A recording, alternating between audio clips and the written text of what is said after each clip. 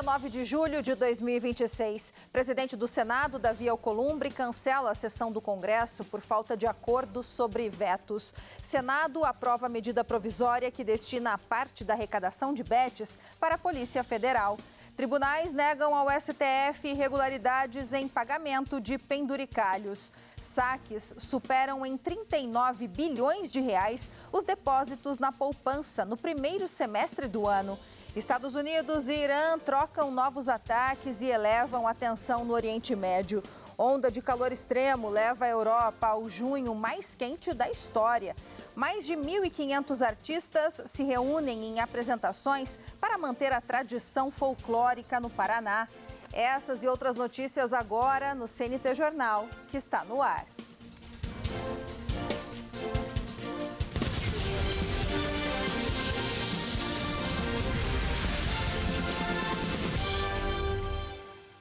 Olá, boa noite para você.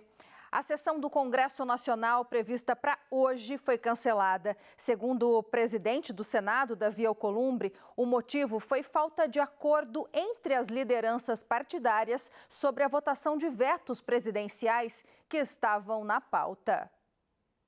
Isso significa que o Legislativo não vai votar mais nada de relevante até o recesso do meio do ano, que começa na próxima semana e termina no dia 31 de julho. E muito possivelmente até as eleições fica assim também. A campanha começa no dia 13 de agosto. Devem ficar para depois temas como a PEC da Segurança Pública, o projeto que prevê o fim da escala 6x1, que é uma das votações mais esperadas, o projeto de regulamentação e exploração de terras raras, também importante diante das questões internacionais de negociação. Outro projeto que também caminha nesse sentido deve ter a votação atrasada, e é o que permite a receita extra de petróleo para reduzir impostos sobre combustíveis. Por último, uma pauta que já esteve em votação na Casa: o nome de Jorge Messias para uma vaga no Supremo Tribunal Federal. Mas antes de cancelar a sessão de hoje, houve votação sobre a medida provisória que destina parte da arrecadação com bets para a Polícia Federal. A proposta segue agora para a análise e sanção do presidente Lula. A norma garante o envio de uma fatia da arrecadação federal de bets diretamente para o FUNAPOL, o Fundo para Aparelhamento e Operacionalização das Atividades FIM da Polícia Federal. A lei determina uma transferência progressiva e escalonada dos recursos. O repasse começa em 1% agora em 2026, sobe para 2% em 2027 e chega ao teto fixado de 3% a partir de 2028. Os valores serão remanejados da parcela que antes era destinada à Seguridade Social. Além disso, o texto autoriza o governo federal a realizar um aporte extra de até 200 milhões de reais ao fundo ainda neste ano, com recursos livres do Tesouro. Os recursos adicionais repassados terão como finalidade principal o financiamento das despesas com assistência à saúde e programas de valorização de polícias federais, além do fortalecimento da infraestrutura operacional de combate ao crime organizado. O Fundo da Polícia Federal passará a poder receber também doações de pessoas físicas ou jurídicas, além de transferências voluntárias de órgãos internacionais vinculados ao combate a facções criminosas. No mercado financeiro, a quinta-feira foi de queda do dólar e alta no Ibovespa. O dólar comercial fechou o dia cotado a R$ 5,12 na venda, queda de 0,5%. O recuo do euro foi de 0,48%, vendido a R$ 5,85. Já o Ibovespa, principal índice da Bolsa Brasileira, encerrou o pregão em alta de 1,22%, no patamar dos 172 mil pontos. Automob e Magazine Luiza foram as ações mais valorizadas do dia. Axia Energia e Raizen registraram as maiores baixas. A seguir, tribunais de justiça respondem ao STF e afirmam que penduricalhos seguem as regras.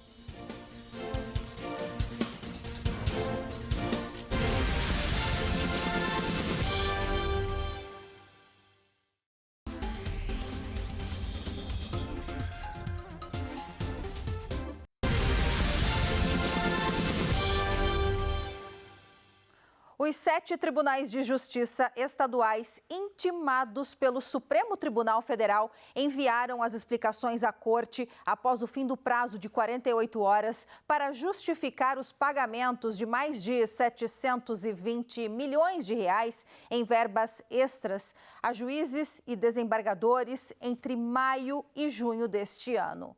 As cortes estaduais alegam que os pagamentos extras, que ultrapassaram o teto constitucional de R$ 46.300, atingindo até R$ 495 mil em alguns casos, respeitaram as normas constitucionais e regras do Conselho Nacional de Justiça. A cobrança do STF veio depois de levantamentos mostrarem vencimentos que superaram o teto constitucional. Os ministros fixaram que a partir do mês base de abril, com efeito em maio, as verbas indenizatórias extras, os penduricalhos, não poderiam ultrapassar o limite de 35% do subsídio máximo. Nas justificativas enviadas, o Tribunal de Justiça do Rio de Janeiro, que liderou os desembolsos extras no bimestre com 110 milhões e 600 mil reais, negou qualquer irregularidade, citando compra de férias e adicional por tempo de serviço.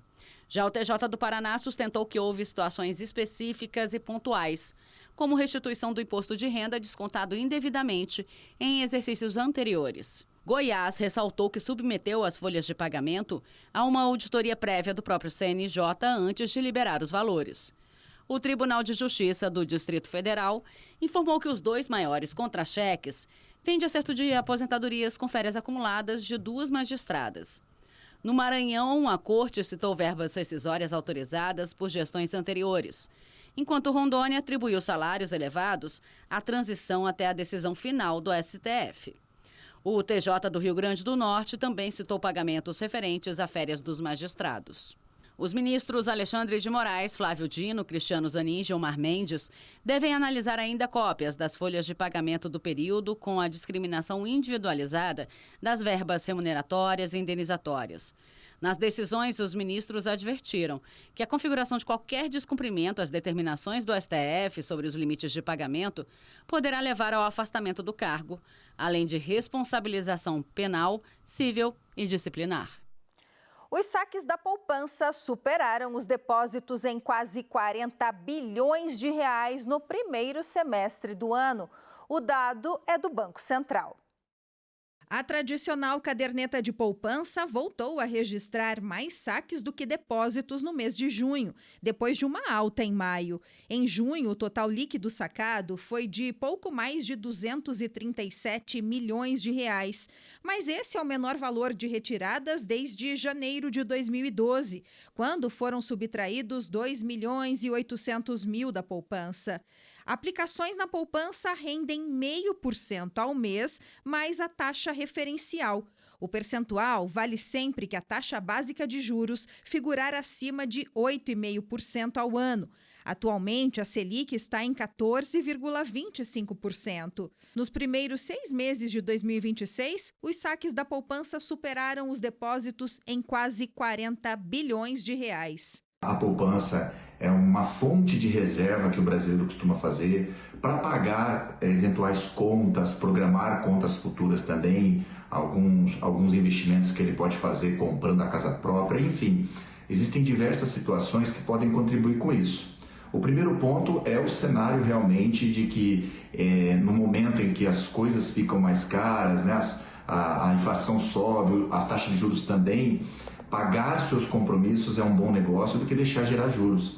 E, aliás, os juros da poupança são menores em relação a outros investimentos de mercado. Então, é um ponto que a gente percebe no relatório em janeiro, um volume maior de saque, que é justamente um período onde o orçamento do brasileiro fica mais comprometido por diversas contas que ele tem que pagar de compromisso anual, ou compromisso de início de ano, melhor dizendo. Embora a poupança seja segura e isenta de imposto de renda, o rendimento é baixo e frequentemente perde para a inflação. Por isso, especialistas do mercado aconselham outras modalidades de investimentos quando falamos em guardar dinheiro. Mas em termos de correção, a poupança não é um produto muito indicado para que o seu dinheiro valorize ao longo do tempo, para que o seu dinheiro possa se proteger contra os efeitos corrosivos da inflação ao longo do tempo. Por isso, outras oportunidades de investimentos devem ser levadas em consideração. Principalmente quando você tem tempo para o seu dinheiro. Principalmente quando aquele recurso que você está acumulando, você pode acumular todo mês e também não vai precisar dele em curto prazo. Achar alternativas de investimento, respeitando o seu perfil de risco e respeitando o prazo que você tem para que o dinheiro fique naquele investimento, é um grande caminho para, primeiro, você corrigir o seu recurso de maneira mais eficiente, de uma forma com que ele não se deprecie ao longo do tempo. Então as pessoas também estão enxergando isso, que deixar o recurso somente na poupança não é o melhor caminho para que o seu dinheiro possa ter valorização ao longo dos anos de vida teu. Hora da previsão, veja como fica o tempo nesta sexta-feira nas regiões sul e sudeste do país. Instabilidades marcam algumas áreas do sul do país, especialmente no Rio Grande do Sul e Santa Catarina, com sol e chance de chuva. Já no Paraná, dia mais estável, com sol entre poucas nuvens. Porto Alegre, mínima de 12, máxima de 17. Balneário Camboriú, mínima também de 12, máxima de 23 graus. No sudeste, o céu fica limpo e aberto durante todo o dia. São Paulo, mínima de 11, máxima de 26. Belo Horizonte, mínima de 12, máxima de 27 graus. A seguir, Irã sepulta líder supremo em meio a novos ataques. E presidente da Turquia dá revólver de presente para líderes da OTAN.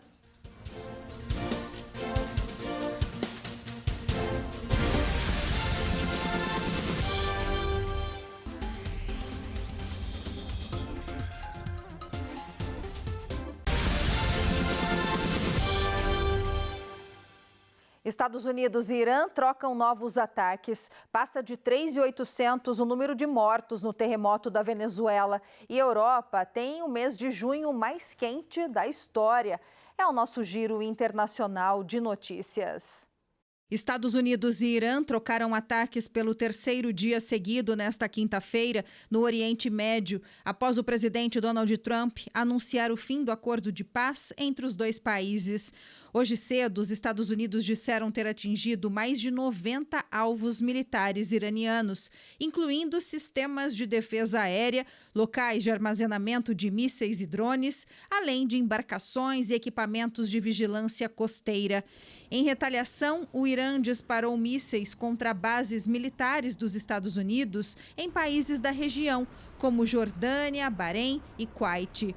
A Marinha da Guarda Revolucionária do Irã declarou que os ataques americanos interromperam a reabertura gradual do Estreito de Hormuz e que agora somente embarcações autorizadas poderão fazer a travessia.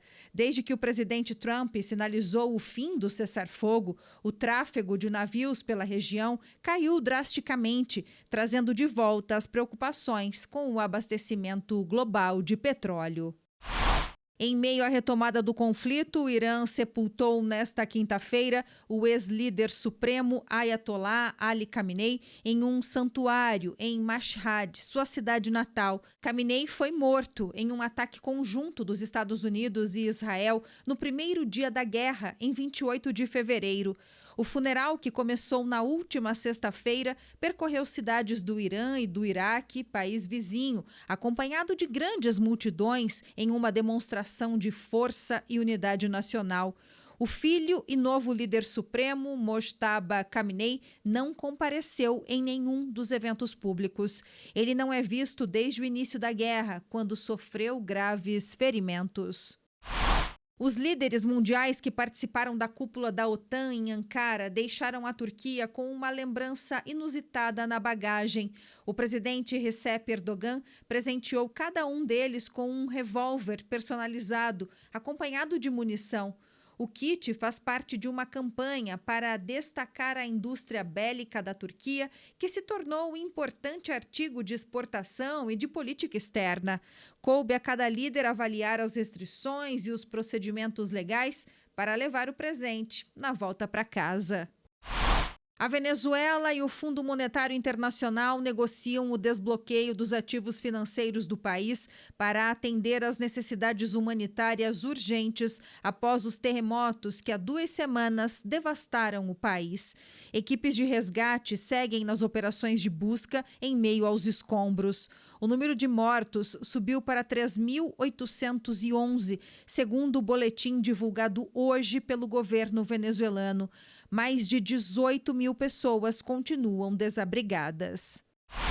O mês de junho foi o mais quente da história, já registrado na Europa Ocidental, segundo dados divulgados nesta quinta-feira pelo Observatório Copérnicos para Mudanças Climáticas. A temperatura no continente no mês passado foi mais de 3 graus acima da média nos últimos 35 anos. A onda de calor extremo em junho quebrou recordes de temperaturas, suspendeu aulas e interrompeu o fornecimento de energia. A Alemanha registrou 5.600 mortes, a mais do que o esperado na penúltima semana de junho, segundo dados preliminares anunciados hoje. São mortes principalmente de idosos e relacionadas ao calor, que chegou a superar marcas históricas de temperaturas por 3 dias seguidos.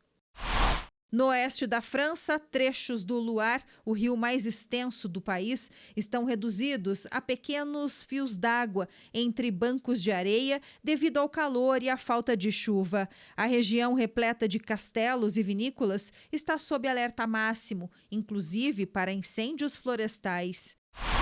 Em Valência, na costa do Mediterrâneo, no leste da Espanha, canhões d'água foram acionados para umedecer as copas das árvores em um dos principais parques da cidade. Segundo as autoridades locais, o sistema chega a lançar 10 mil litros de água por minuto. Com até 16 metros de altura, os canhões ajudam a refrescar e baixar um pouco a temperatura e, principalmente, reduzir o risco de incêndios florestais. Vamos à previsão do tempo desta sexta-feira para as regiões norte, nordeste e também centro-oeste do Brasil. Sol com pancadas isoladas de chuva marcam o dia em vários pontos do norte, especialmente no Amapá, Amazonas e Pará. Macapá, mínima de 24, máxima de 29.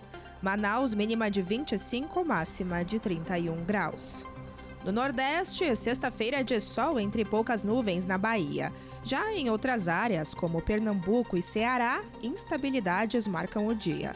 Salvador, mínima de 21, máxima de 27. Recife, mínima de 22, máxima de 28 graus. O sol predomina na maior parte do tempo no Distrito Federal. Em Mato Grosso e Goiás, o dia terá céu parcialmente nublado. Brasília, mínima de 14, máxima de 28. Cuiabá, mínima de 20, máxima de 31 graus. E você vai ver a seguir, começou em Curitiba, no Paraná, o Festival Folclórico e de Etnias 2026.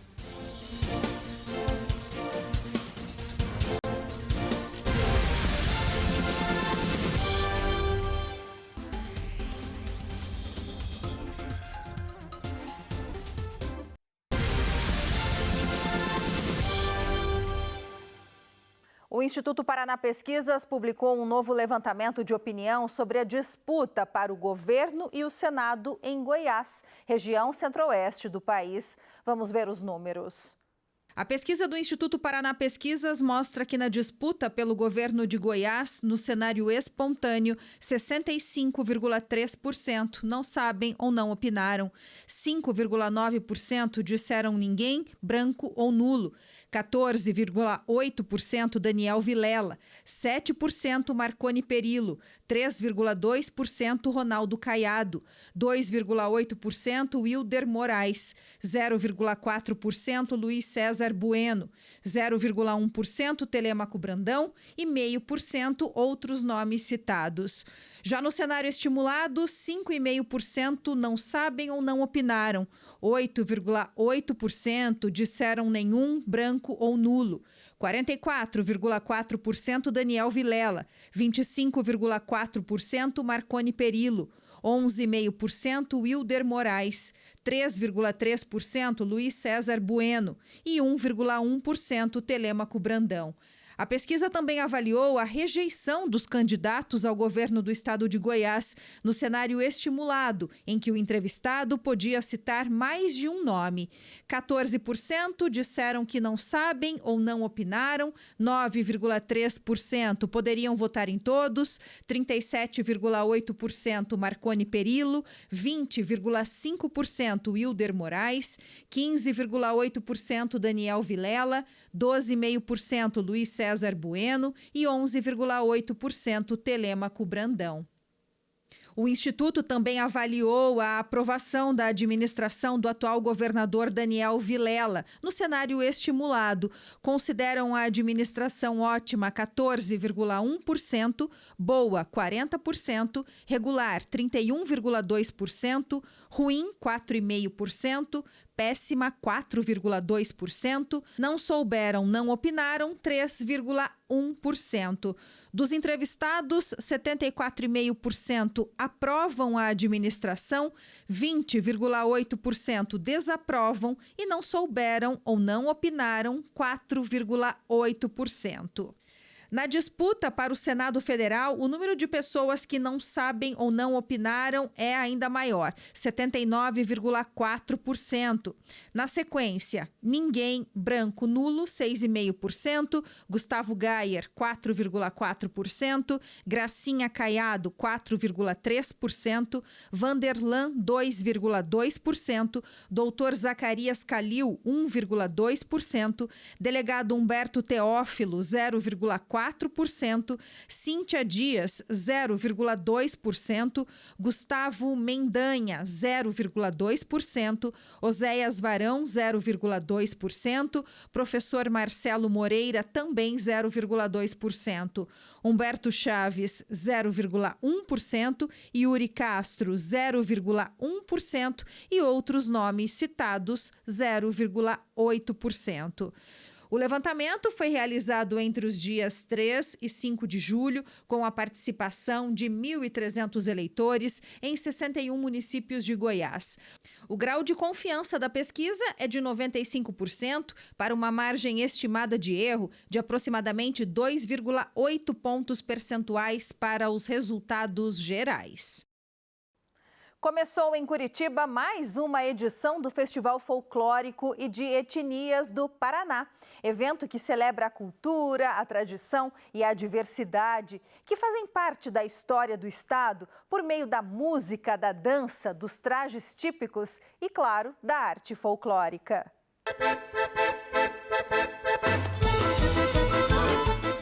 Músicas, danças, trajes típicos e mais de 1.500 artistas representando a arte folclórica. Já começou o Festival de Folclore de Etnias do Paraná de 2026, celebrando a herança e as tradições culturais dos imigrantes que formaram a identidade do estado. O Festival Folclórico de Etnias do Paraná chega à sua edição de número 64. Trata-se do maior festival folclórico do Brasil, o mais longevo de todos e que reúne milhares de integrantes dos grupos folclóricos aqui do Paraná. O evento reúne 16 grupos folclóricos, representando 13 etnias, em um festival que já soma 64 anos de história. Começou a ser realizado no ano de 1958, mas em 1974 os grupos folclóricos se uniram e montaram a Entepar, a Associação Interétnica do Paraná, e desde então estão mantendo a tradição viva. Temos esse ano muitos grupos fazendo aniversário, como por exemplo o grupo ítalo-brasileiro Santa Felicidade, que completa 40 anos esse ano e se apresenta no dia 11 de julho.